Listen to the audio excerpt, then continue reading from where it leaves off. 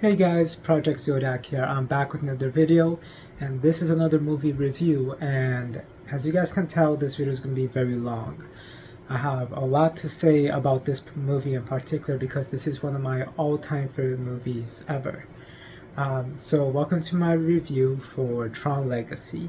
Keep in mind this will be filled with spoilers for Tron Legacy, and I got a lot about to say in regards to Tron Ares as well. Even though that comes out next year, I still want to give my thoughts on that too. So yeah, if you haven't seen my first movie review in the Tron series for the first Tron movie, definitely watch that. This kind of picks up where some of the things I talked about in that movie left off. So I kind of address some of the things from that movie in this one. So, with all that said, let's go straight into the review because I have so much to say in regards to Tron Legacy.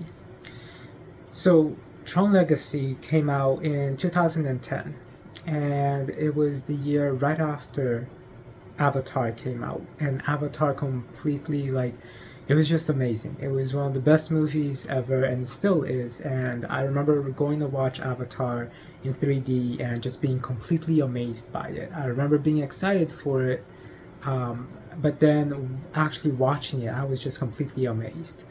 And the 3D effects and features was one of the best things about Avatar as well. But the story itself and the technology as well was really well done. But then we got trailers and promotions for Tron Legacy, and a lot of people were hyping it up. And I first discovered Tron through Kingdom Hearts. I didn't really know what that was until after Kingdom Hearts 2 came out, like way after, because a lot of people started hyping up Tron. And I remember watching that first promo, which I thought was in 2009 or 2010, very early 2010, but I just saw a video a couple of days ago that said that promo came out in 2008. So maybe I saw it in 2008, I don't know, but it was definitely closer, if I remember correctly, to Tron Legacy releasing. When Tron Legacy came out, I was just so excited, extremely excited. And right before I actually get straight into the review and my overall thoughts, I just want to give a little bit of a backstory with the movie. So that's why I'm explaining all of this. And I'm sorry, I'm very tired. It's very, very late now. So yeah, I'm sorry if I'm a bit distracted. I want to rest, but I'm about to go traveling, so I want to get this video done. Anyway, I was very excited for it. And there's a lot of themes and concepts in Tron that really resonates with me. The whole computer aspect of it, the video game aspect of it, the digital world aspect of it, and just the family aspect of it as well, and the humanity aspect, the spirituality aspect. There's a lot of things inside of Tron that really resonates with me. And so yeah, I was really excited for it. And I know that my older brother likes a lot of the same topics. So we both went to watch Tron Legacy when it came out. It was in mid-December of 2010. And I remember it was snowing and it was very cold. But he drove us to the movie theater. It was just me and him. And it's one of the few moments where me and him really spent time together after we moved to the US, where we also really had a really, really good time. So, not saying that we didn't, it's just that we were really able to, I don't want to say connect, but that we were really able to hype each other up, I think is the best way to say it. Talking really about the movie and all that stuff. So it was very special for me in that way because he also loved the movie. So spoilers alert, like I said, this is one of my all-time favorite movies. I love this movie. It's fantastic. Go watch it. But if you want to hear my full review, please continue. So yeah, the movie came out and then we went to watch it, and I remember us coming home and we wouldn't stop talking about the movie. we would always be talking about like, oh, what about this scene or this scene, or the music was fantastic. So yeah, it's really really special for me in that sense too. You know, it's one of the things that me and him really really bonded with after we moved to the U.S. Um, but with that said, at the same time, you know, it's really interesting because I thought he kind of forgot about the movie. But about a year ago, I was cleaning my room, and I was, as you see, I have the soundtrack for Tron Legacy. One is the regular one, and then the other one's the 10th anniversary special edition for it.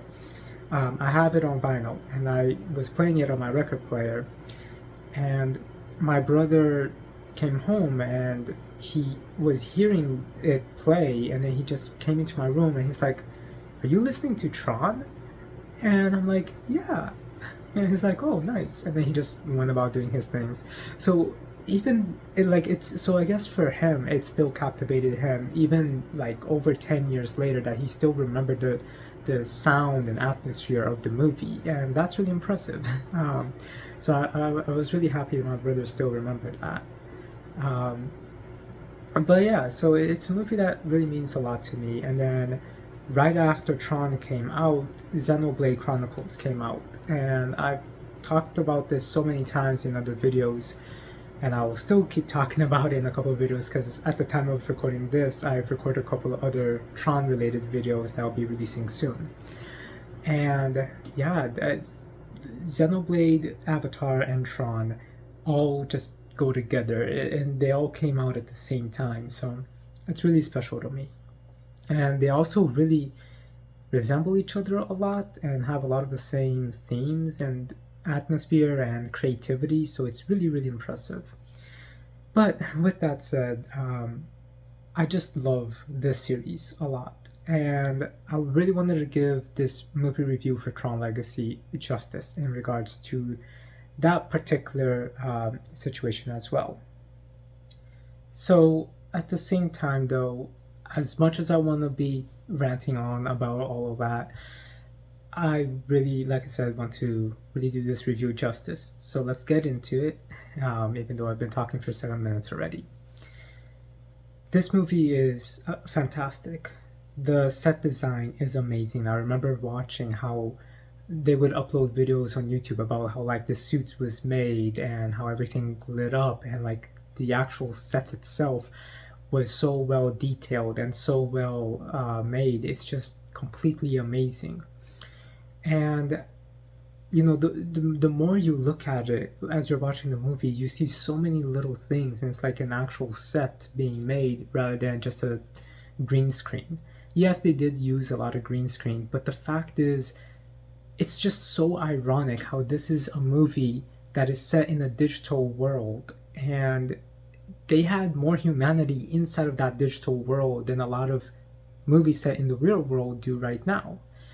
And the fact that they went with a lot of practical effects, a lot of practical set design, practical things on the suits, like they could have easily just CG'd the suits, but they didn't. They went out of their way to actually build the suits and make it light up. Even like the craziest thing, like Kevin's robe, like it's cloth and it lights up because there's like a strand of light within it and around it, and it's just like the engineering for that to put actual LED in clothes is amazing, and that has impacted a lot of things after this movie came out, and I'll get to that. But because I have so much to say in regards to that. But yeah, like the fact that they, you know, didn't just make it CG, and they actually put the time and care to actually design something that is practical and that works. I'm just so grateful that they did that.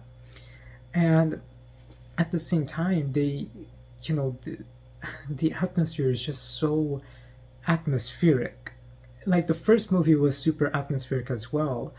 And while I do prefer the more colorful aspect of the first movie, because there's some really creative imagery with the colors and the way everything works. Whereas with this one, it's a lot more subtle. It's a lot more, well, both are cyberpunk, but this one's a lot more of a grittier cyberpunk as opposed to the regular Tron, which is a much more colorful cyberpunk. Um, but yeah, so this one is definitely a lot more, I don't even want to say mature, but just a lot more edgy. But I don't want to say edgy either because it's not just edgy. It's definitely a lot more uh, grounded and a lot more realistic in a way. It seems kind of like the original grid, which was Encom's grid, was just literally that, a computer grid system where things, flow, where programs go and things get changed, all of that stuff. Whereas this one, it's something that was made by design to try to fit a very specific uh, imagery. I think that that's the best way to go about that, and that does make sense given the context that Kevin purposely designed and created this grid, his grid. So I do think that that is really interesting that you can see both the two grids and see how one is just like a computer program, and then the other one is a simulation of life inside of a computer program, but at the same time a lot more atmospheric. Because, well, not that real life isn't atmospheric. What I mean by a lot more atmospheric is that it's a lot more like there's just a lot more alien stuff related to it, so it makes it seem very different and strange and creative in that sense. So it does definitely feel very alien, like especially with the rock formations, the way that the outlands are, the way that the vehicles and the shapes are. It just feels very futuristic, alien, and very cyberpunk at the same time. So for me, I love that. I love that this is like a real big contrast to the first movie, and it also reflects on Kevin himself as well, but we'll get to Kevin in a little bit. So yeah, just that world design is just so cool. It's just so, it's like people my age would go out to the club or will go out for a drive at night, like like the teens, the 20s, and the early 30s, like just going out, having fun, but also living in a world where it's always like that, but it's not always a party, it's always something a little bit more serious. You live your life. It's just the atmosphere of the world that you live in. It's like that. And it's also reflective because Sam is about my age in the movie. I always thought that he was like in his 30s, like 35 or something, but no, he's in his 20s. I think they say that he's 27 or 28. So yeah, he's about my age. And yeah, that's really impressive. So it resonates with me even more now. And just the way that the characters are all written as well is just so well done. There's just, yeah, so going on from the atmosphere of that world, and I want to get back to the atmosphere in a little bit, but going on to the way that characters are written, everyone feels real. Everyone feels very thoughtful and very realistic. Like they take a moment to breathe and process the situation. They take a moment to think about what to say and how to respond to a situation. It's not like, a movie where the characters are just like, all right, you're just going to go and do this because this is what the story is telling you to do. No, the characters actually feel like, yeah, hey dad, this is awkward. I haven't seen you in like 20 years and now we're having dinner with a digital girl, a pig that I don't even know if it's a real pig because we're in a digital world. Oh yeah, and we're in a digital world. And last time I saw you, you were young, and now you're like 60 years old. So yeah, that's what I mean. Like they have those awkward moments. They have, and they know how to react in those moments. Then they have very heartwarming moments, kind of like, hey, a long time, I haven't seen you. But then you kind of also get like that contrast where Sam meets Kevin and they're saying, oh, it's been a long time. And Kevin immediately just goes and says, yeah, it's been a long time. But I'm gonna go and meditate on this real quick because I need to figure out what is going on here. How are you in here? So, but he doesn't say it, but you can tell from his actions where he is just thinking. And this is why the direction of the movie and why directing is very, very important as well. Not just the script, because your script could be amazing. But if the director is not really going with what the intention of the script is or the scene, or even the other way around, it can really be contrasts or it can really improve on it. But when the two are really, really well done together and they work together, it makes it feel so much more realistic. And that's a lot of the moments that Tron Legacy has. These moments feel heavy, they feel realistic, they feel fun, they feel sad, they feel real and mysterious and creative and just really well done. So the movie itself is just fantastic with this. The way that dialogue is written, for the most part, is really, really good. I'd say like maybe 85-90% of the dialogue is really good.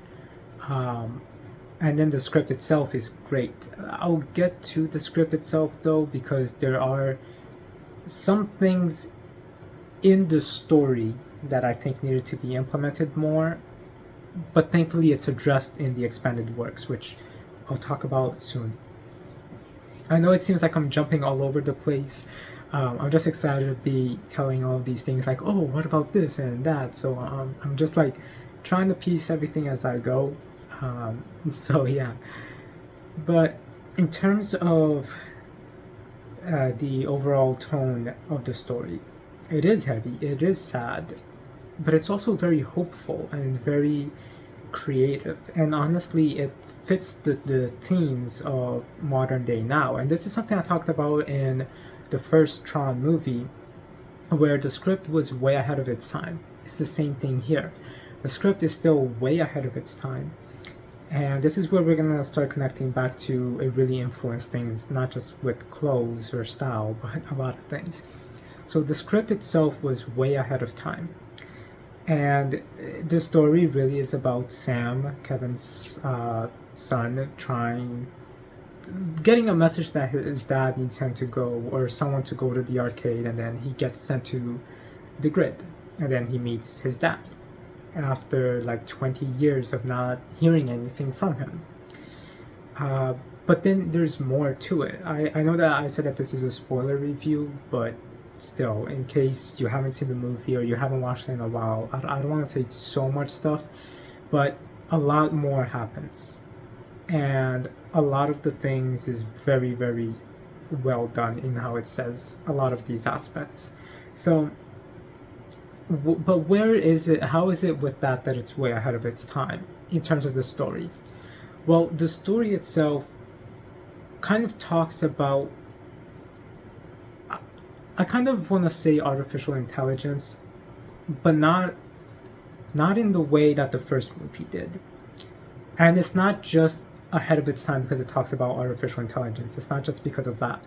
But let's go with that first. In the first movie, we have an AI that is man-made, and it starts to learn on its own and wants to take over the world. And that's things that people are very fearful right now with how AI is in general.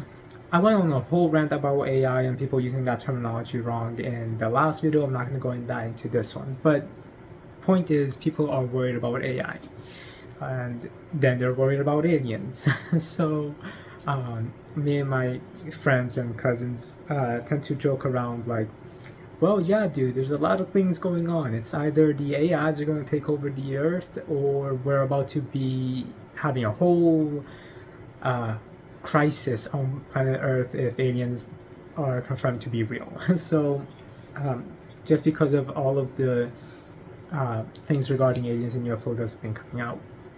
But point is, that was the main concept of that movie, and also entering a digital world and the different technologies that was available and how a lot of those technologies are now available now, such as touchscreen, tablets. It wasn't a tablet, but it was like a touchscreen on a table. Same thing. We got technology like that now. In the 80s, they, for the most part, didn't. And when I say for the most part, because you guys do got to keep in mind, governments have more advanced technology than the public, and also because things like that was already kind of founded even back then. It just wasn't mainstream like at all. But some tech places most likely had very similar things, but not to the advancement that it is depicted in that movie. I'm trying to make that clear. In that movie, it was definitely way more advanced than what tech companies would have had at that time. But yes, so that's another thing. Like, the movie just showed a lot of future things that it wasn't really available or didn't really exist in the 80s. And keep in mind that that was barely the 80s, because I think that movie came out in 1982. And I know that the creator of Tron loved video games as well, so he implemented that concept into it. And we'll touch on that as well in a bit. But point is, it was really ahead of its time, and it really depicted things as they are right now. Honestly, you could play that movie now. The only thing that would really seem different is obviously the camera, because the way that it's filmed, it was with film. And there's no arcades like that other than like Dave & Buster's or something like that. And also the CGI effects within the grid, but then you might even just say, oh, maybe it was just an artistic choice. Point is, if you watch that movie, a lot of the things is very comparable with the things we have now, and it can stand as a movie being released today for the most part. Now, for this one, how Tron Legacy is ahead of its time with this one is that, yes, it talks about AI, however, it doesn't talk about AI that was built. It talks about an AI that was born, and an AI that was born by itself in a digital world. And that is things that people are slowly starting to come into an understanding, like, can an AI make an AI? Can a robot create a program, or can a program just come to be if things are correct in the system? And that is things that people are slowly starting to understand more and more.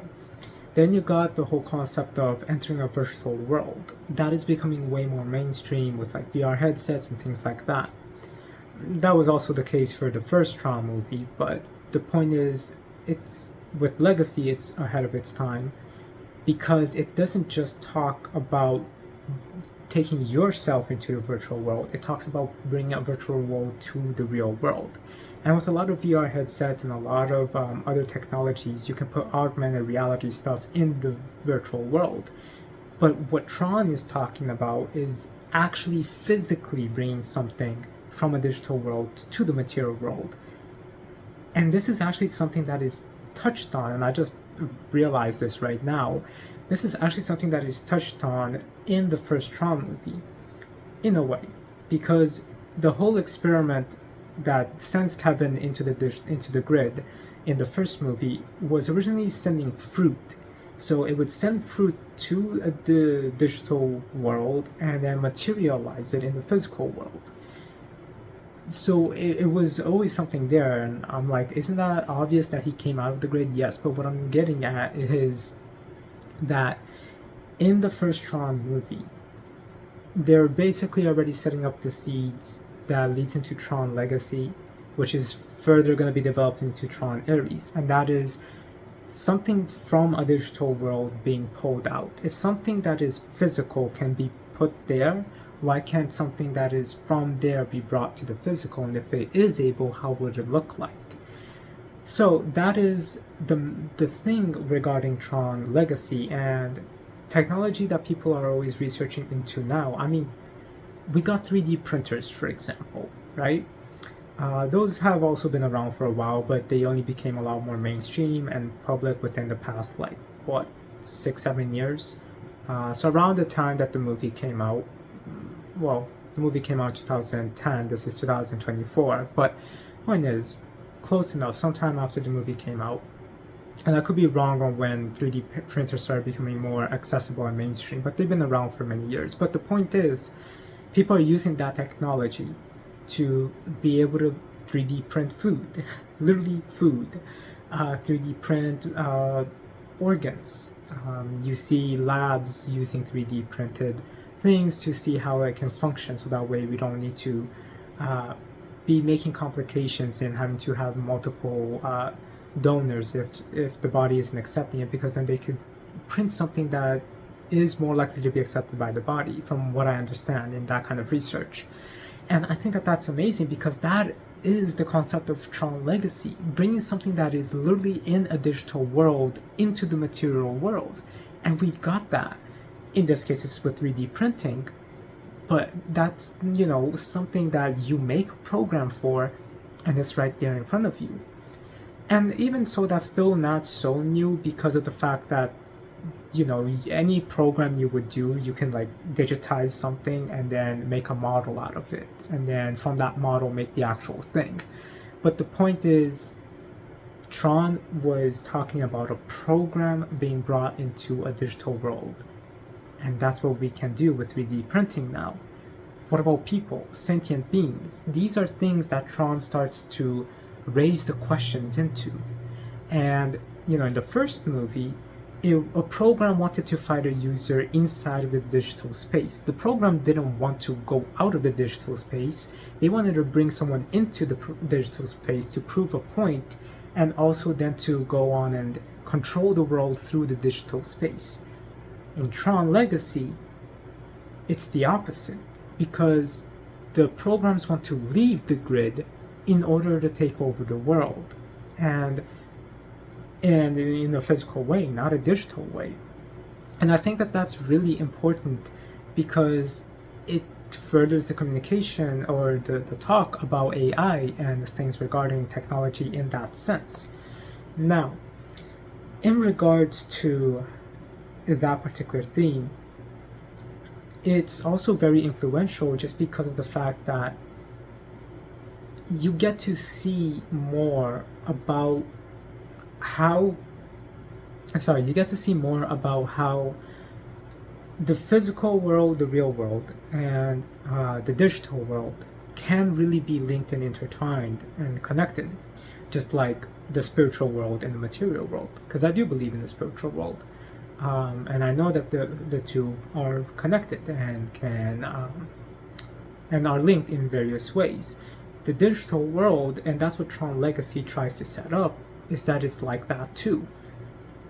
You guys, you know, like 100 years ago, I wouldn't be able to text someone on the other side of the country or on the other side of the world, you know, or even in space, you know, like, but now we can, because it is able to connect us. And that's what Tron Legacy also talks about, which I love. And it's how even in a digital space, things are still connected.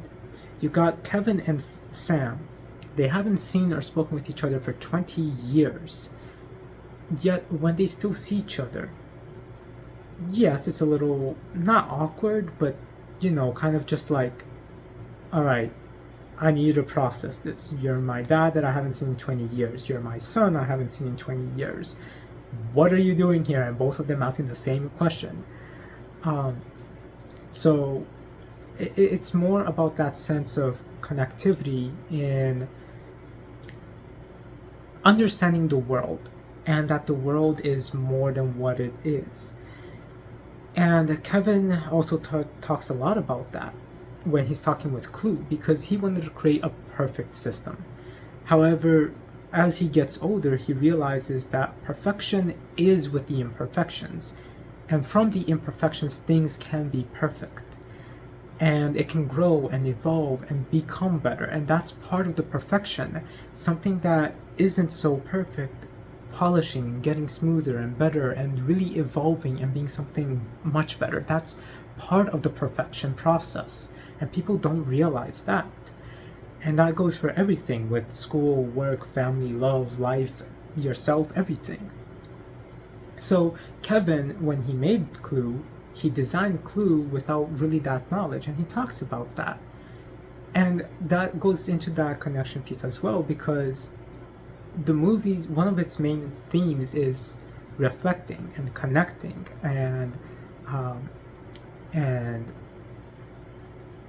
like, I want to say meditating, but that's not really the right word, but focusing on things and having faith. And the movie itself, it really talks a lot about all of these things. Because when Kevin is talking with Clue, and he's literally telling him, yeah, I designed you to make the perfect system, but the thing is, the perfect system, it's not understandable, and I didn't know that when I was younger, and when I made you. And that's why Clue is so focused on going out into the real world, and Kevin even says it to Sam, like, what's the most imperfect thing? And he's like, oh, right. And then Kevin says, right, if Clue gets into the real world, he's gonna freak out, because if he's thinking that the things in the grid is imperfect, wait until he sees how things are in the real world. But at the same time, he's not going to realize that it is perfect just the way it is, even with those, imperfectness in it.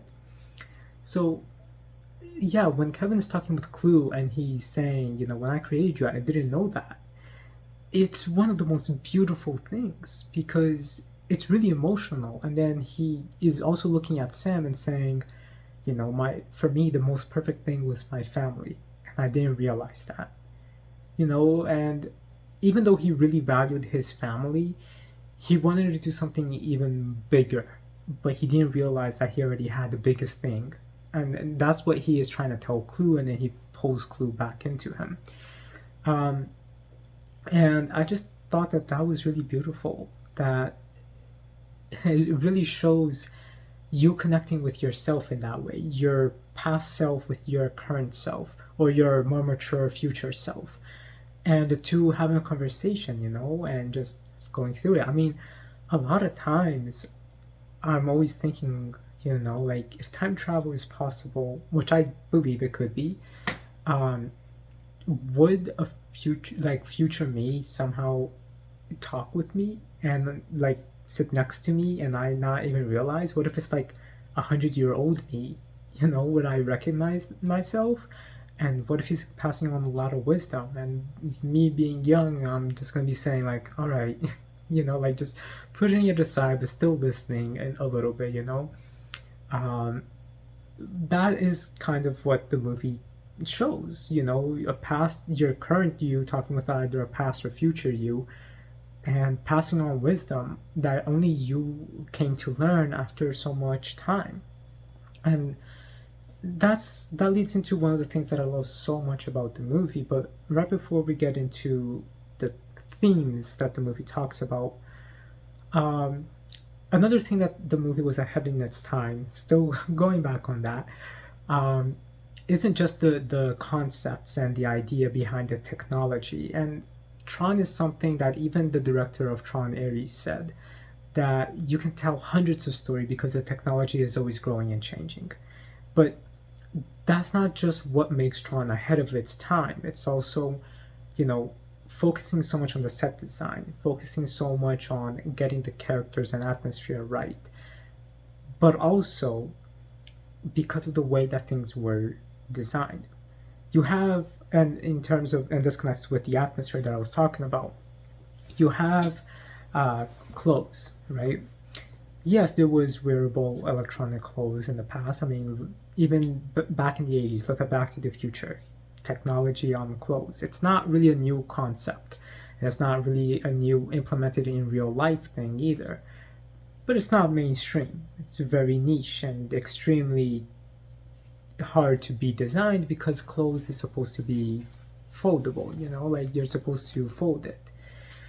So if you put wires and chips and LEDs in it, how is that gonna work? You need a lot of you need ventilation so it doesn't overheat. You need a lot of things. Well, because of Tron Legacy, purposely designing these suits, it did influence things and was ahead of its time as well. And right after ahead of its time, we'll talk about how it influenced things. And now there's a bunch of companies that design LEDs for specific clothings, that design a bunch of LEDs for your cars, which was always a thing even before Tron Legacy, but it became more mainstream after Tron Legacy. I'm not saying that Tron Legacy impacted it, but still. So it was way more ahead of its time because the style and atmosphere really started to show how people would be dressing now, and that's another reason why I call it a cyberpunk genre, because of it fits that aesthetic really well and really perfectly. Now, the same can be said for the music, and I'll talk about the music a little bit later, but the music itself really captures the essence of this world, and it created sounds that was ahead of its time, just like the first Avatar movie did too.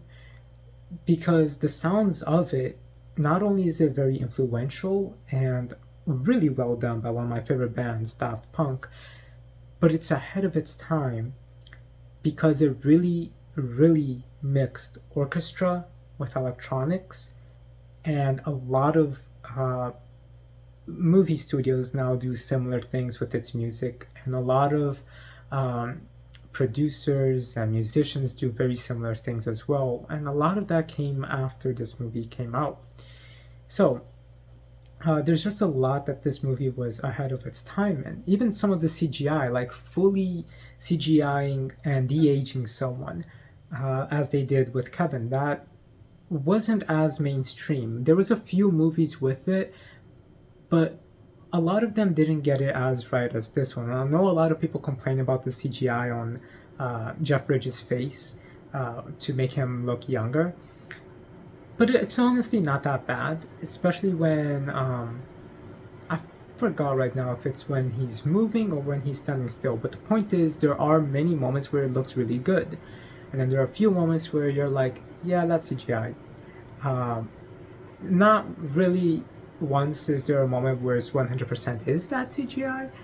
No, it's more, yeah, no, that's pretty well done in that sense. And then sometimes there's like, okay, they could have worked it a little bit more on this side. Honestly, the worst part is when he is in the real world at the start of the movie. After that, but that's on Kevin. But when it's on Clue, it looks really, really good. For the most part, and the fact that Clue is a digital program, and I've heard a couple people say this, for them it makes sense that it's not as realistic because he's a program. So I mean, it can work, you know. Really, the biggest offset for the de-aging is at the very start of the movie. But yeah, after this movie came out, so many people really took the technology that was developed here and really try to adjust it and improve on it. And now we got a lot of really good de-aging technology and software. For me, it still always looks off. It still always looks like it does in Tron Legacy. You can really tell in some cases, and then sometimes they might just alter one or two things where it looks pretty passable, or not passable, pretty realistic. But that's when it needs less work. When it needs a lot more, you know, it still looks off for me, even though for a lot of people it looks super realistic. I don't know. A de-aging thing that happened before Tron Legacy was with X-Men 3 The Last Stand, where they de-aged Ian, I forgot his last name, but the actor that plays Magneto, and Patrick Stewart, the actor that plays Professor X. That came out in 2007. They de-aged them and they looked pretty good there too. But the point is, really, with Tron Legacy, it was the first time that de-aging was really used, from my understanding, throughout most of the movie. Whereas within X-Men, it was just literally for one scene. But for most of the movie, every time you're seeing Clue, and he's in the movie a lot, you know, that's what I mean. So to really take that technology and really implement it for that long of a runtime, it's really impressive, and it really helped set up technology for the, you know, next few years. Now, in how Tron itself influenced movies after this, I mentioned the score because it's not just musicians in general, but for film scores as well. It influenced that.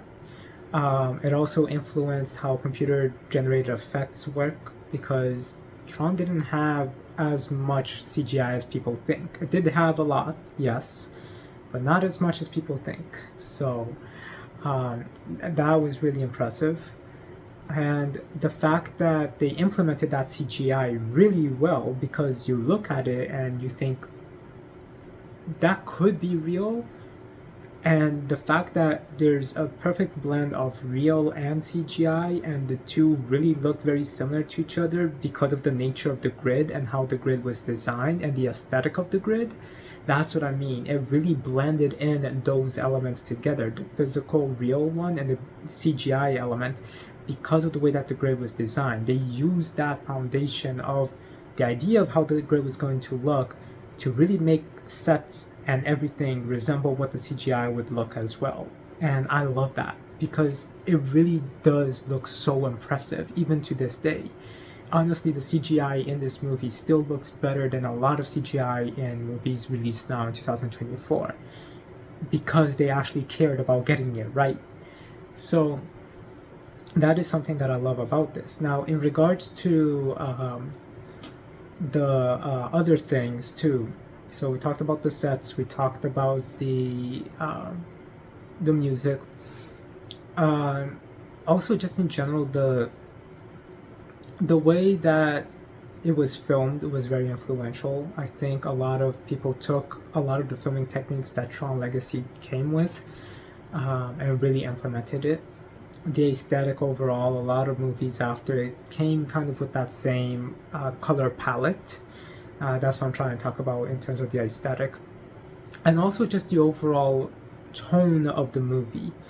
That tone of that movie was really influenced with a lot of movies that came out after Tron Legacy. And you really get that feeling for it. And it's really good too. So the movie itself really influenced a lot of things. So quick summary, just the concepts in real world, film production, music production, actual clothing wear, and actual world aesthetics, and all of that. Everything that came with Tron Legacy, just people really embraced it because it was so well done and it really influenced a lot of things. Now, in terms of the music though, let's go into that. The music in this movie is just amazing. It is really one of the best movie scores ever. Daft Punk did an amazing job, and so as I'm talking about, the creators of the movie, you know, the producers, the director, the studio, they all had in mind a plan of how that world was going to look, but they needed to create the sounds for it. And the first Tron movie didn't, like, the music for it, I didn't really like. Honestly, I don't even really remember the music for it, and I talk about that in that movie review. But for this one, they wanted to make it feel like the music that you are hearing would be music from that world. And Daft Punk, and this is, alright, before I actually get into that, this is an example of what happens when you actually put people that care about this particular property, the particular story, and that are fans of it. Because I think the producer was the original director or original creator of the first Tron movie. I can't remember, but he was involved with the original Tron. The director was a massive fan of the original Tron. And a lot of the people involved loved the original Tron as well and really wanted to do justice in trying to tell the story. This wasn't just big studios saying, oh, let's just go and make another Tron movie, but let's interfere in everything. No, it was big studios saying, let's make another Tron movie, but hey, you like Tron? You've been wanting to do a Tron movie? Alright, we trust you. You put your passion in this. And it shows how much care was put in this movie. And that even goes with the music, because Daft Punk are massive fans of the first Tron movie. And I love Daft Punk. They're one of my all-time favorite musicians. And I'm still so sad that they retired, because now we're getting Tron Ares and they are not coming back for that. Point is, yes, Daft Punk are massive fans of the original Tron, and they were so excited to work on the music for Tron Legacy that they actually started working on the production for Tron Legacy before the movie even went into production. That's what I'm saying. When you have people that really care about this, and they're gonna put all their love into making this, not just the movie, but anything in general in regards to the arts, you see that care and you see that love and you see how that is pure, true art and not just something just to make money. And that is something that Disney and so many other companies have kind of forgotten. And honestly, it's not even new that they kind of forgot that. Companies in general do things like this for almost 100 years at this point. But every now and then, there is care put into something. And Tron Legacy is a perfect example of that, because while the studio and the directors and the producers made the set, the world, the script, they needed to make a sound. Something that feels believable and real of that world. Because this is a totally different world.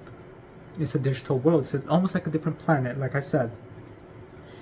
And Daft Punk should be rewarded and congratulated and should be seen as just as important as Disney and the directors and the producers of this movie in creating the world. Because without Daft Punk, the sound would not be as it is. And this sound that they designed fits this aesthetically perfectly. It is so, like, you cannot think of Tron and think of a different kind of music being implemented in it. You can't, because literally if you get sent to the grid, you are expected to be hearing that particular kind of sound and atmosphere and music everywhere you go there. And it is amazing. So Daft Punk, I thank Daft Punk so much for literally putting all their heart in making this score and doing something different, because it is amazing. And really, they helped create the sound of the grid. They did. They really did. So they are just as important in the creation of this world as everyone else, such as the director, the producer, and Disney themselves. Now, so yeah, I love the soundtrack. It is amazing. Just go listen to that soundtrack. I always tell people, like, if you're gonna watch Tron, that's fine, it's good. But if you're gonna watch Tron Legacy, you're not, you cannot be distracted. You're gonna sit down and watch this entire thing, because it's just pure atmosphere, and the soundtrack for it fits every scene perfectly, literally perfectly. And it's one of the best things, because it really complements the scenes and it really complements the atmosphere so well. And yes, when people make music and scores for movies, they try to capture that moment a lot. Like if it's a sad one or atmospheric one, they'll make music that fits the tone. But a lot of times, it's just noise at that point. It's like just background noise. Sometimes it'll be nice or something catchy, that's fine. But when it is something that fully captures the essence of that scene, and it's not just, I'll just make it sound mopey, or I'll just make it sound atmospheric, I'll make it sound happy. No, when it captures the exact moment and tone of the particular scene and those characters, that is what makes the music special and what really captivates me with the music. So for me, film scoring is very, very picky. It's not a lot of film scores that I am so captivated by. And if I am, usually it's just like a track or two. So it's not always the whole thing.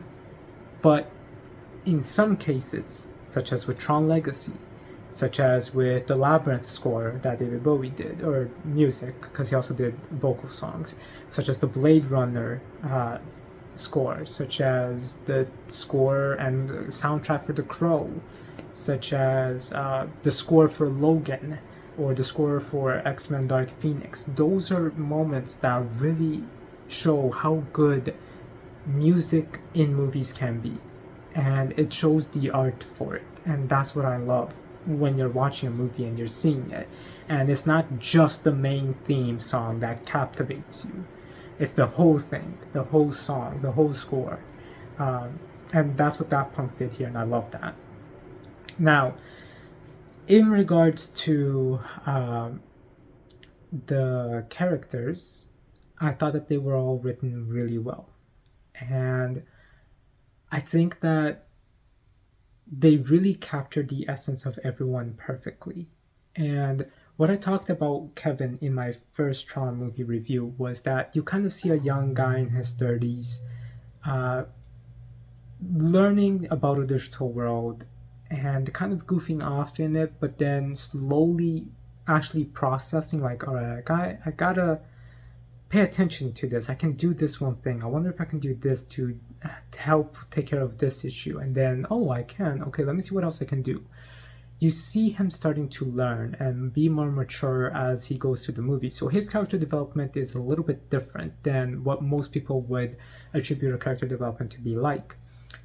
And you really get to see that development in this movie because Kevin grew and changed a lot. He's way more thoughtful. He's way more patient. He is definitely way more philosophical. And he's also a lot more spiritual. And at the same time, he really knows how to use the grid and control everything. Kind of like he's a god of the grid. I mean, he designed that grid. It's, so in a way, yeah, kind of. And he is really aware of that, and he knows when to use his abilities and when not to. And I think that that's very smart and really well done, and it was written really philosophically as well. And that's something that I love about this movie, is how philosophical it is. And I also love that you really get to see that Kevin does take his responsibilities and his gifts seriously, and he doesn't just use it for anything. He knows when to use it, and I really like that. So it's really cool if you watch both movies back to back and you get to see that development, and you're like, oh wow, yeah, that was really well done. Now, Sam, I loved. He was amazing. I can relate to him. And I thought that Cora was one of the best things in the movie. I loved her. She's so cool. And I wish we got to see more of her as well, though, and more about her backstory. Clue was awesome and really a really well written villain, I think. And then we got Rinsler, and Rinsler as he is really, really cool and awesome. However, that leads into one of my complaints, which is, yeah, that's Tron, and we only find out that that's Tron later on. But what happened with Tron? Like, how did he get to be this way? What happens with him at the end? So it would have been nice if we got a little bit more about his backstory, in like what happened to him between the two movies, and also just what happens with him at the end. And we'll talk about both of those in a minute. And then we also have, yeah, it was just those. But there's one person that I didn't forget. I just want to see if there was anyone else to talk about, and that is Castor. I love Castor. Really one of the best characters ever made. The dude is just wacky. He is fun. He's not a jerk, but he I want to say manipulator, but I don't think that that's even the right word. Just he's street smart. Let's say it like that. And I loved it. And Castor is just so cool. As soon as we get to the end of Lion Club and we meet Castor, I'm like, this dude is just awesome. Like, he is just so cool. And I swear, even when I was little, I thought, is that David Bowie? No, it doesn't look like him. But why does he at the same time seem like it's David Bowie?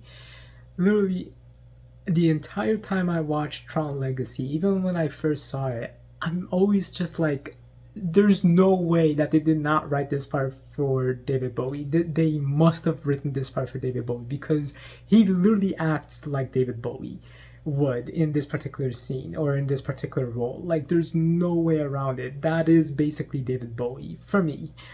Like, he kind of looks like David Bowie in a way, but except for like the chin part. But yeah, there's some similarities, at least for me, with the actor that played Castor and David Bowie. And just the mannerism. They're both British, so. But yeah, I just thought that that was really, really cool how Castor is, and just his whole atmosphere and the way he handles himself. It was just so funny and so fun. One of the best characters ever made in movies. Um, and yeah, just that scene at the end of the Lion Club in general is just so amazing. I love it. We got that punk in that scene. The atmosphere, that music, as Castor would say, was palpable. It was just so well done. That I just love this movie. It's so good. Um, so yeah, that character is really well done, and I guess that this was also a character, an actor that played a different character in Twilight. I never noticed until like recently. So, um, yeah, I find that very interesting. But yes, Castor is one of the best characters. Now, in terms of the what was the next section that I had to say? I'm sorry, like I said, it's been a long day and I know I'm jumping around with a lot of topics. Let me try to remember this. All right, I think I remembered now. I know I have to talk about the story, and I think that that's the one thing that I'm forgetting to touch on. So the story itself, it is really, really well done. I did kind of give the summary of what the story was for, but yeah, I just love that this movie is very philosophical. I do love that the movie seems very simple, but that the movie itself is way more complex when you actually listen to what the people are saying and when you look at the atmosphere and the tones. And oh, I just remembered something else that I needed to say. But yes, that it really focuses on these things in a subtle way, and you might just think like, oh, that's nice, you're talking about something a little bit more complex. But no, when you look at the imagery, when you look at the surrounding, when you look at, oh, I just remembered another thing actually. Sorry. When you look at all of the things around and really listen to what people are saying, you do see how everything is connected, and um, it all like really works together to tell this story. It is really mature. It is really ahead of its time in regards to how it handles these topics and these concepts. So I love this story so much. I love, seeing a lot of the callbacks, and this is one of the things I just remembered. So I love seeing a bunch of the callbacks to the first movie. You see like the bits, you see how they escape through a similar way through the light cycle. You see him trying to run away from a disc battle. There's a lot of things that really calls back to that first movie. And some things in smaller ways, like the End of Line Club is a reference to the Master Control program always saying End of Line to Dillinger in the first movie.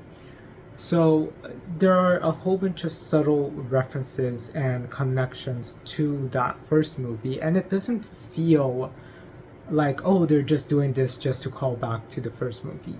Maybe like one or two things, sure, but a lot of it feels like natural progressions of those particular situations, such as seeing the original light cycle bikes with Kevin. It makes sense that he would bring one into the grid or design one like that in the original grid, just to remember it and just to have it as a collection. But they show it, it's cool, and you're like, oh, it was just supposed to be an Easter egg. But no, it actually has a function in the story, and it doesn't feel forced. It feels like that was why it was implemented. He needed to get into the city, so that was the only way that he could, and the fastest way. Not the only way, but the fastest way. So it makes sense in the Easter eggs that they included, in the references that they included. It makes sense. It really does. So I really like that a lot. Now, in terms of the other thing that I have remembered, and I'll get back to the story in a minute, because otherwise I'm going to forget, because again, I'm pretty tired. It's really late right now, so it's like way after midnight. So that thing that I want to talk about is the overall atmosphere, and I know I've been saying that a lot, but what I mean is the atmosphere of the actual world. I really liked that because it really felt very cyberpunk, and it at the same time felt very cozy as well. And like I mentioned earlier, it felt like a digital world. So I think that the way that they designed this new grid really works well with the way that the original was built. Now that leads me back into the story element and one of my complaints. So the story really does focus on Sam and Kevin trying to go to the portal before it closes, so that they can close the portal before Clue can get to it, and before Clue can get the disc. And at the same time taking Cora out of the grid. So that is really cool.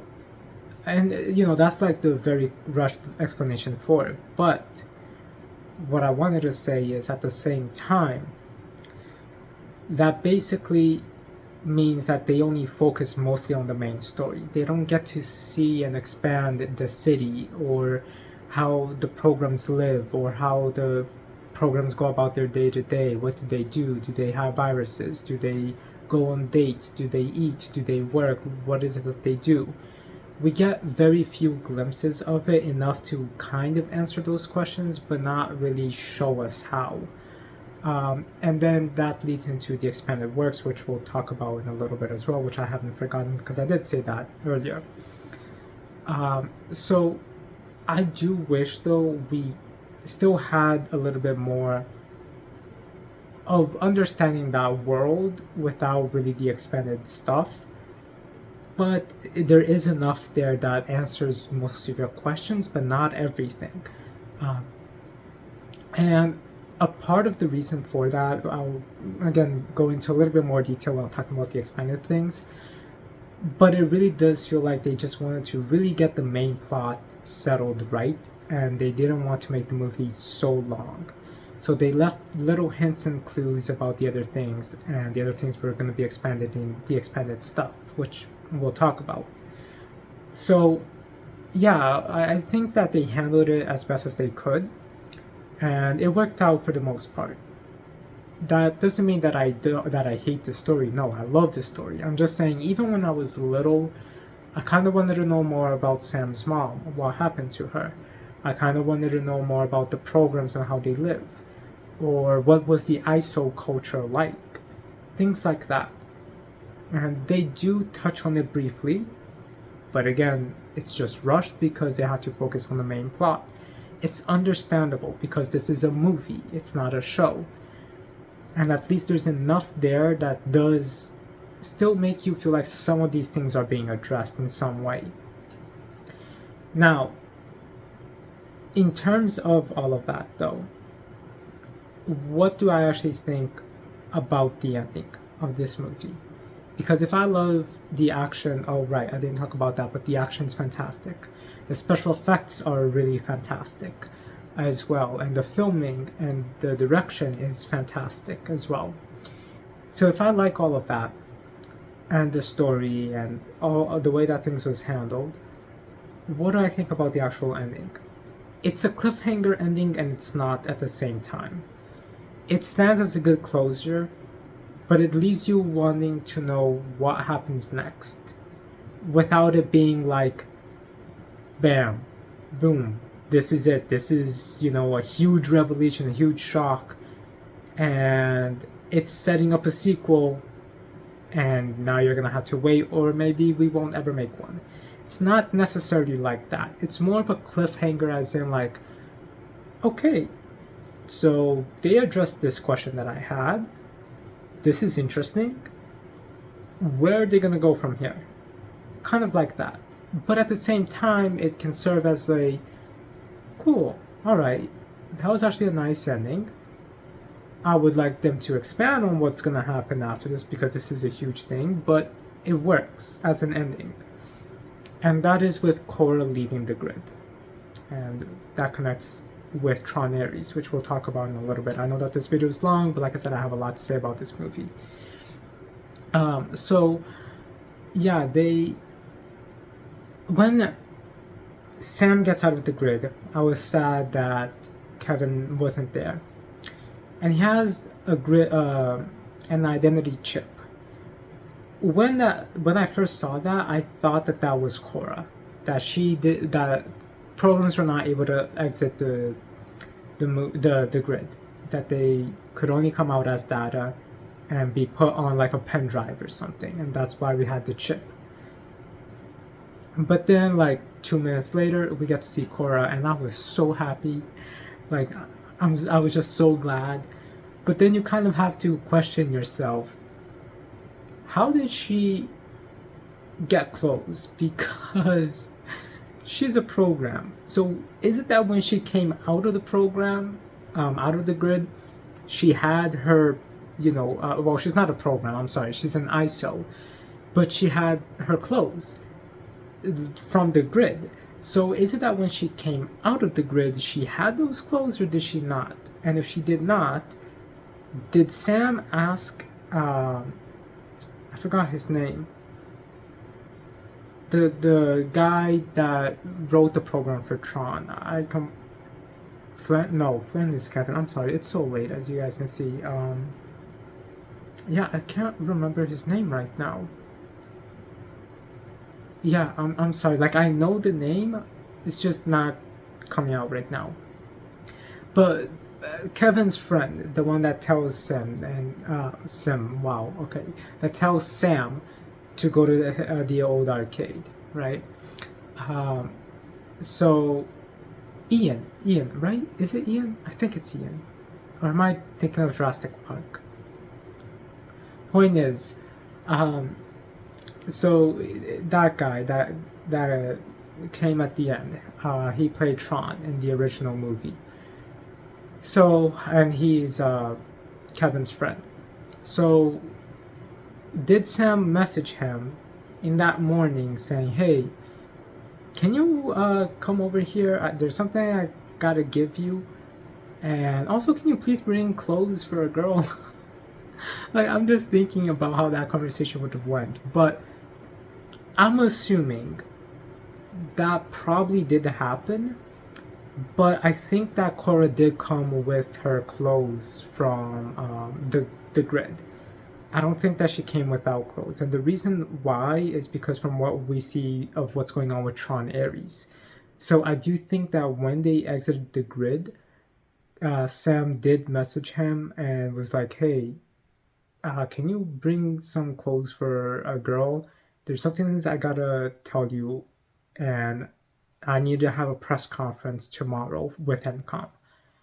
So, and I think the reason why he probably did that is because you can't really have a person walking around with clothes that literally glow. It's gonna call a lot of attention, especially during daytime. So I think it is very realistic that she did come out with her grid clothes, but that Sam asked his father figure and Kevin's friend to bring some clothes for her so that she's not walking around with that particular thing. And the reason why I'm bringing that up is because that's something I always wondered ever since I was little, but also because it's going to connect to what I have to say about Tron Ares in a bit. So the ending of Tron Legacy does show that programs can leave the grid. and they would be physical. So I thought that that was really nice, and I was so happy that she got a sunset as well, or sunrise as well, which was something that Cora always wanted to see. But then we got the next day epilogue, and that is basically Sam saying, "Hey, Flynn lives. My dad is alive, and there's a bunch of stuff I gotta tell you guys." And then it's like, what do you mean he's alive? Do you mean he was alive and and you're gonna explain that he sacrificed himself to save you? Or do you mean in the identity chip there is data showing that he's alive? What is going on? Is Kevin alive or not? And also, what exactly is on that identity chip? Is it the grid? A lot of people say it's the grid. A lot of people say that it's Kevin. From what I've heard of people's theories online. The point, and I've even heard some people saying that it could be related something to the ISOs, but there are no more ISOs-ish. We'll get to that, other than Cora. So, what exactly is on the chip?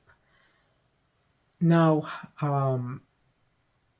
so that is something that I wanted them to address, and the fact that they never did is a bit upsetting, because they did confirm right after Tron Legacy came out that they would be working on a third Tron movie, but now it's over 10 years later, and only now we're getting the movie.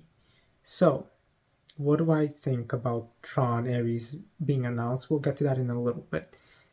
Now, in terms of the complaints that I have with the movie, really it's just those things that I said that I felt was left out. As I really do think a lot of it needed to be added in. And one other thing, in regards to the aesthetic, even though I love the overall palette, the overall tone, I do wish we saw programs with multiple different colors rather than just the 4 base colors that we have. And then I also wish we, got to see more of the city, other cultures in the grid, things like that. And the movie really makes it seem like the grid is just that one town. Sorry, plus the Outlands, or a big undeveloped section. But, the actual civilized section is just the one town. That's what the movie makes the grid seem like, which isn't the case, and we'll talk about that in a minute. And on top of this, the actual fact that even though I wanted to see them wear more clothes, some of the things regarding the story that I talked about, but also I do wish we had some more colorful things that we get to see in the original Tron movie as well. Because some of the imagery in that movie is so beautiful because of how creative and cyber looking it is. Whereas in this one, it doesn't feel as cyber or digital. As I said, it feels like the real world being seen through a digital eyes. That's what it looks like. And that's fine. That's great. I love it. I still just wish that we would get at least one section with a colorful giant ball like we did in that first movie. So, that's something that I wish that they focused on. But it fits the aesthetic of the movie and the tone overall, so I can't be too mad at it. And I also can't be too mad about the things that they left out, because again, it connects and is expanded in the expanded works. So, in the expanded works, we got Tron Uprising, Tron Betrayal, and Tron Evolution. Those are all set in between Tron 1 and Tron 2. And they really fix all of my issues with the things that I felt was left out of the movie. And I talk about this a little bit more in my review for them, so definitely watch that. But that's what I'm saying, that the grid is not just that one city. It's not just the Outlands. There's way more cities. There's way more things, and we get to see one of those in Tron Uprising, and we get to hear about others in Tron Uprising. In regards to the ISO culture, we get to see that way more developed in Tron Betrayal and Tron Uprising. Sorry, 1 second, just got a cough.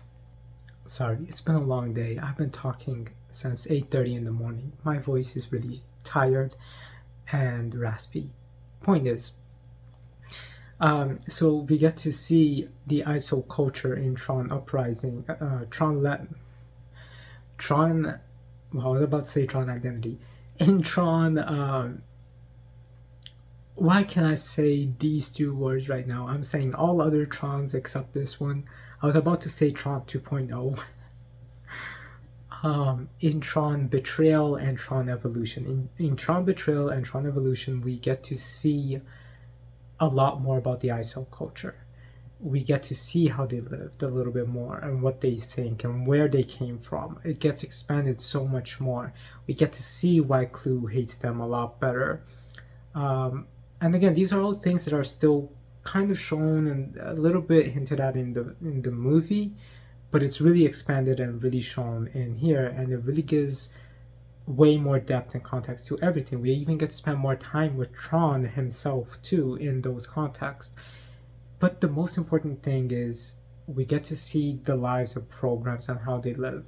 And we also get to find out more about Sam and Kevin's backstory, and even about Sam's mom as well.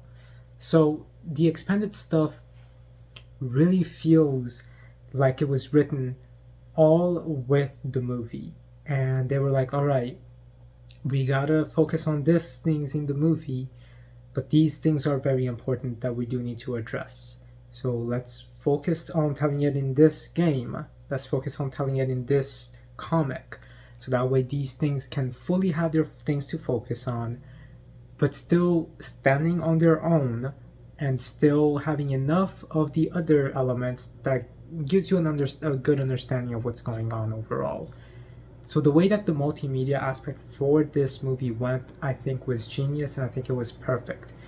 Point is though, I was really little, so I did not know that there was a graphic novel called Tron Betrayal. I knew about the game, but only my brother had a PS3 and we didn't buy Tron Evolution or play the game.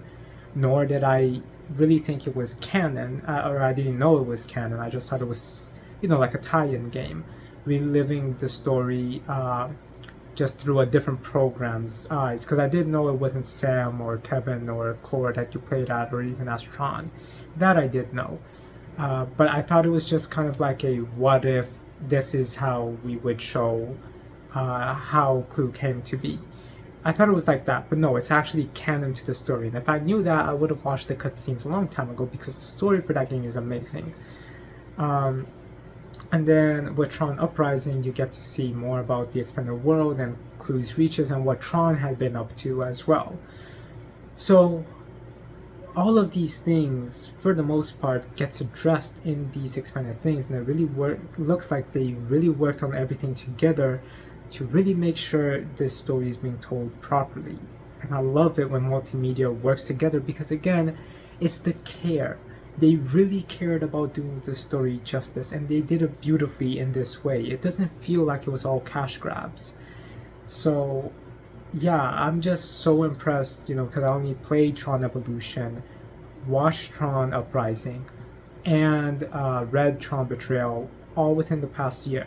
So yeah, for me, it's all new material, but it's still something that is nice to know that way back then, when they made the movie, they still did so with so much care, that they really wanted the multimedia to not feel like a cash grab and actually really build up on the things that the movie couldn't, because it's a movie and it has a limited runtime that it has to go through. So I loved it. I thought that was handled really well. Again, I made reviews for these. These will be out soon. Actually, I'm kind of thinking, okay, I'm gonna have a playlist, and the playlist will be in chronological order, but I'm gonna release this second. So keep in mind that there's definitely gonna be more things for Tron related coming soon. but that the playlists for my Tron videos are in chronological order of like story chronological order.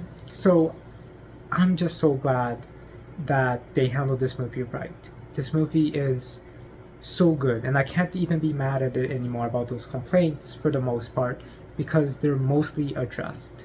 Other than what happens with the next day, and what happened with Kevin, and what happened with Tron, and what happened with the grid, and what happened with Korra, and what happened with Sam.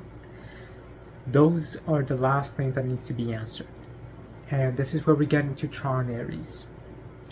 I know that the video is a little bit long, but I still want to talk about Tron Ares. This movie and this series means so much to me. And it's a series I can relate a lot to. So I really want to just talk about and geek out a little bit about this series. And just show my admiration for this movie and my love for the movie, because it is just so good. And the series as a whole. So, ever since I was little, I always looked up news about a sequel for Avatar 2 and news for a sequel for Tron 2. And, you know, a sequel to Xenoblade, because like I said, the three for me go hand in hand. And I'm really glad that, you know, Xenoblade got something new last year. And for me, actually Tron got something new as well with Tron Identity. And actually, Tron Identity is also like a sequel to Tron Legacy, because it's set in 2023. And that reminds me of something that I forgot that I said I'd get back to, is that we now know that there's a third grid that, you know, there's the NCOM original, there's Kevin's main one from Legacy, and then a backup grid that Kevin was designing just for the ISOs, which we see in Tron Identity. And that game was fantastic. So I don't really still yet understand if all the programs in the ARC grid for Tron Identity is ISOs or not. So that's why I said maybe all of the ISOs are gone except for Korra. But I do know that it was at least designed to hold the ISOs. The wiki says that all of the programs there are ISOs though, but I thought that they were all just regular programs. Anyway, so right, back into Tron Ares. So so Tron Identity is like a sequel, and it's supposed to be set before, and Tron Ares is the next big thing, and a lot of people are complaining about it. They started saying, well, Daft Punk is not making the music for it, so the music is gonna suck and we're worried about the music. So first of all, Tron Evolution and Tron Uprising and Tron Identity did not have Daft Punk, and the music for those three things, two games and one show, were amazing and totally fit the aesthetic of Tron perfectly. So as long as the composer that's going to be making the music sticks to this groundwork that Daft Punk made, just as the composers for Identity, Evolution, and Uprising did, then people don't need to fear, because it's going to be amazing. I'm sure that the music is going to be amazing. If they can get M83 to make the music for Tron Ares, that will be amazing too, because M83 is very similar to Daft Punk anyway. So yeah, they're like basically very, very similar. Like they're the closest thing to Daft Punk. I hear a lot of people saying Tame Impala might be, but no, M83 is definitely the closest thing from what I've heard as to Daft Punk. But the point is, I do believe that they're going to continue that aesthetic of the music for Tron Ares. Now, a lot of people are also saying that Tron Ares is going to suck because Jared Leto is the main character, the main program. And a lot of people are worried they're not even going to address what happened at the end of Tron Legacy. That has always been one of my worries, that they're not going to address it. But even in production, they have said that Tron Ares is Tron 3. They even stylized it as TR3N, just like Tron Legacy was stylized as TR2N during production. They're making it clear that this is a continuation, and I think even the director has said that Tron Ares will continue with what Tron Legacy left off in. Maybe not like picking up right where it ends, but we're most likely going to get things addressed, because they did say they would be addressing things from Tron Legacy. So I think that that's very important that people understand, because it seems people are not seeing that.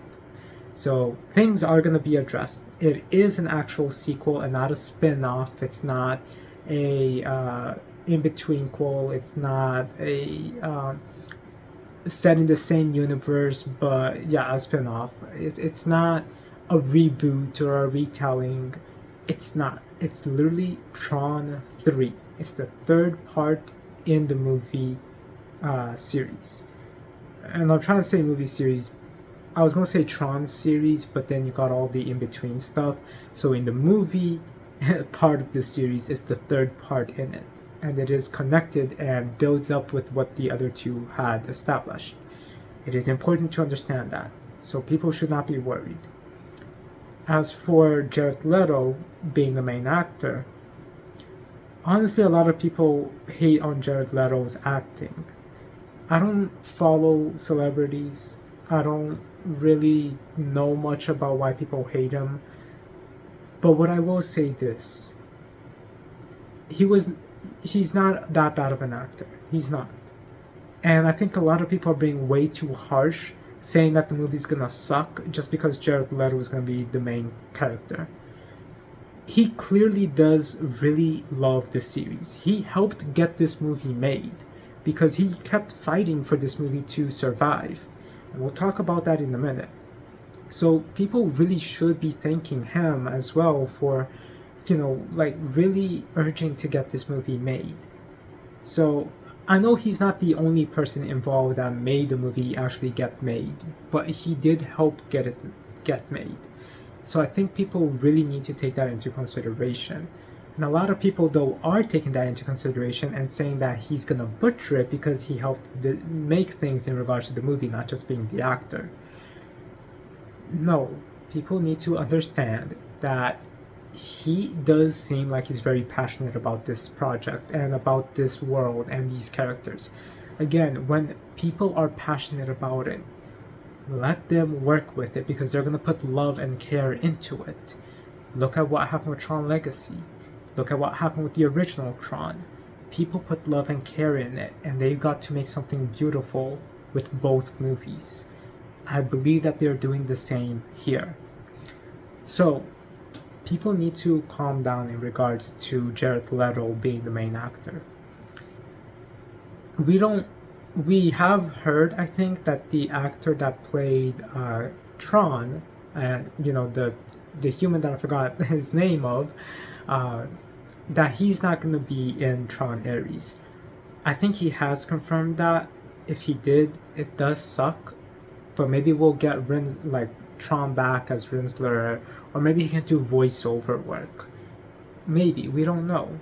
We don't know exactly if he's just zeroed out to not going to be there, not even as voiceover. We don't know. All we know is that he is saying that he's not going to be in the movie, but that doesn't mean that they're not going to use his voice. So let's wait and see. In regards to Kevin, Cora, Sam, I don't know. I hope that we get to see them, or at least get a mention of them, because that's very, very important. And the fact that the director did say that they are going to address what happened at the end, then I'm okay with it. I just want to know what happened next. And then a lot of people are also saying that, they're not going to really focus on being in the grid. And we'll get to that in a minute. But the biggest thing, too, that I want them to address in Tron Ares is what happened to Beck and the ending of Tron Uprising. What happened to Tron for him to get captured again, repurposed, and become Rinsler. Because that was not really addressed because of the fact of what Disney did to Tron Uprising, which I talk about in my review for Tron Uprising. The point is, I want them to at least address that. I just need them to address these things, and I just don't want them to end the movie on a cliffhanger if they do not have intentions of making Tron 4. Or if they're gonna wait and see to make Tron 4, then at least have the endings not really set things up, but still leave room to tell the story later on. Because if they leave it in a big cliffhanger, like a bigger cliffhanger than what Tron Legacy did, or as big of a cliffhanger as the epilogue for Tron Legacy did, then I'm gonna be a bit upset if they do not make Tron 4. We'll talk about that a little bit more in just 1 minute. So that is what I'm worried about. I'm sure that the music's going to be great. I'm sure Jared Leto and the production are really putting as much care and love into this movie as they can, because they all seem very passionate about the movie and the series as a whole. So I'm trusting them on this. I know I'm going to enjoy it. I am. I know that because they're really putting care in it and I can see it. And also just because it's a new Tron movie. Why wouldn't you be excited about this? So I am excited about it, and I'm sure they're going to do a great job, and I'm still going to enjoy it. Now, I just really want them to address a couple of things, and then they could do what they want. Now, the last thing that people are very worried about is that they think that we're only going to spend like 5-10% of the movie in the grid, and the rest of it is in person, in the real world. And the reason for that is because the plot is Ares, a program who I guess comes from the Encom grid, comes out of the grid in order to do whatever. So he wants to get out of the grid into the real world, and that's kind of what the whole point of the movie is bringing artificial intelligences and programs into the real world as it, as what Tron Legacy kind of hinted at. People are worried about that because it's like, how can you have a Tron movie without Tron, without Kevin, without addressing big things from it? But actually, Kevin is coming back, actually. Jeff Bridges did post behind the scene photos of him in the studio. So I don't know in what capacity he's coming back, but we will at least see Kevin. But Cora and Sam, we don't know. But yeah, so a lot of people are saying, like, how can we not have Tron in a Tron movie? How can we not have the grid in a Tron movie? What are they thinking about having programs in the real world and having most of the movie be in the real world versus in the grid with all the cyberpunk atmosphere of the grid? That's where people are just jumping to giant conclusions because we don't know the percentage of the real world and the grid. For all we know, it's going to be balanced. And even if they do focus a little bit more on the real world, that does not mean that the cyberpunk aesthetic isn't going to be there. We already have seen set photos of light cycles or light cycle designed bikes being in the real world. So that aesthetic is still going to be present. Sorry, I had to cough again. So that aesthetic is still going to be present. They are definitely handling this with care. But a lot of people are calling this whole thing about a program leaving the grid as dumb. They don't like that concept and they're completely against it. I think it's a really cool idea. And recently, a few months ago, I found out through a Reddit post, someone who's probably older than me and had been following the production of Tron Ares since Tron Legacy came out. They had been posting information about like articles and things that they found over the past few years. And it seems like Tron Ares didn't toss out, because a lot of people are saying like, oh, this is not what Tron 3 would have been. Tron 3 would have been something totally different. We would have been focused on the grid, figuring out what happened with Kevin. Again, we don't know what we're going to be focusing on. All we know is that there's one program called Ares that's coming out of the grid for whatever reason. That's all we know. And that he wants to be in the real world for whatever reason. That's all we know. We know that Kevin is going to make an appearance somehow in regards to something, but that's it. So we don't know if they're not going to focus on those things. And now we also know that they are somewhat at least going to address, even if it's very quickly, what happened at the end of Tron Legacy. They are going to address it. They confirmed it. So, but the point is, we don't really know what they're going to do with the story. And a lot of people are saying that the story needed to focus with them in the grid looking for Kevin. And maybe they will do that. We don't know. The point is that I'm getting at is, according to this article, or not article, but this post that had links to many articles and things, turns out the original drafts for Tron 3, right when Tron Legacy came out, always had this in mind to begin with. Programs leaving the grid and starting to enter the real world and interacting with humans. That was always the idea. So it's not that they tossed out the ideas for Tron 3, and a lot of people don't know this. It's not that they tossed it out. They're using the base ideas of what the original script and original ideas for Tron 3 was and expanded on it. So yes, Tron Ares or Tron 3 has been in development for a very long time because of Disney butchering it. We'll get to that at the end. But it seems that the same ideas, the same concepts, and probably a bit of the same plot details is being implemented into Tron Ares that it was originally when Tron Legacy first came out.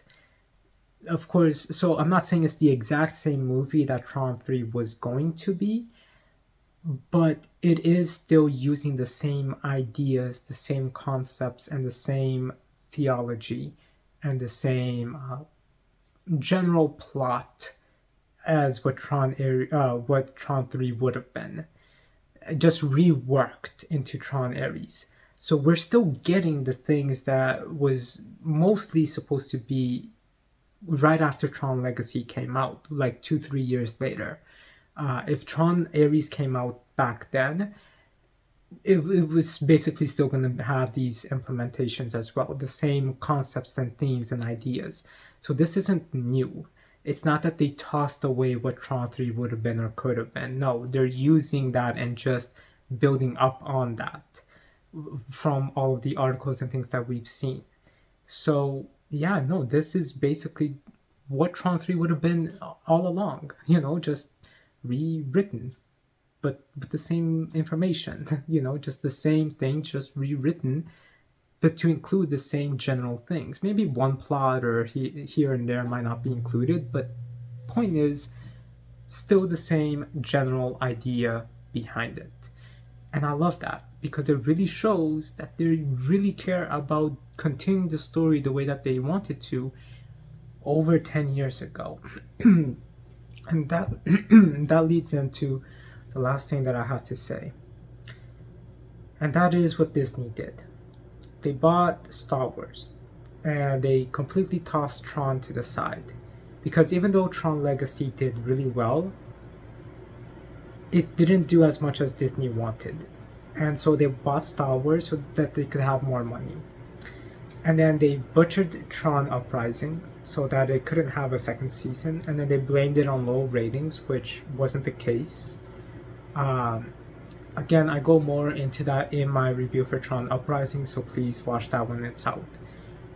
And then they also just kept interfering with the development of Tron 3, which is now called Tron Ares. And that's why, and they just kept shoving it, putting it to the side, or be like, oh, we'll look into this later, and let's focus on Star Wars, or oh, alright, let's mess around here, let's see what we can do in regards to Tron. Nah, it's alright, let's, they kept purposely putting Tron to the side. And it's sad. And it's mostly because of that it's taken over 10 years for us to get Tron 3. So I'm just glad that we're getting it. And that's what I'm saying. I really do thank Jared Leto and the team behind Tron Ares for really fighting to get this movie made. Because it's been stuck in development for over 10 years now. So I'm glad that it's finally being done. And I'm glad that, now we are finally finally seeing the third part of this story. So I'm just overall happy that we're getting more Tron stuff, and we got Tron Identity, and there's going to be a couple other Tron games from the studio that made Tron Identity. Hopefully it's a sequel, because that also ends on a massive cliffhanger. You really gotta stop ending Tron stuff in cliffhangers. So I'm just so excited. I am so excited for Tron Series, and I'm really glad that Disney is realizing the potential and the care that Tron has, because Tron is always made with care and passion, and people need to really respect it.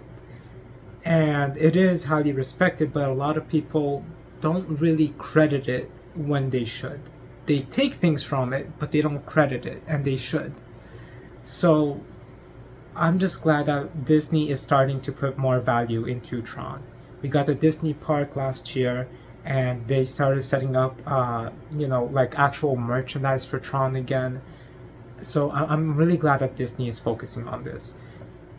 It does though seem like they're trying to see the interest for Tron with the amusement park, Tron Identity, and now Tron Series, if they're going to continue with it. But I hope that they are actually seeing that, yeah, there is actual good things with Tron, and that they need to continue it after Series. If they decide not to, I just hope that they actually conclude it rather than leaving us on a cliffhanger for another 15 to 20 years. So because they did the same thing between Tron 1 and Tron Legacy. It went 28, 29 years with, talks of a sequel being made and never being made. And then it finally started getting production in 2008.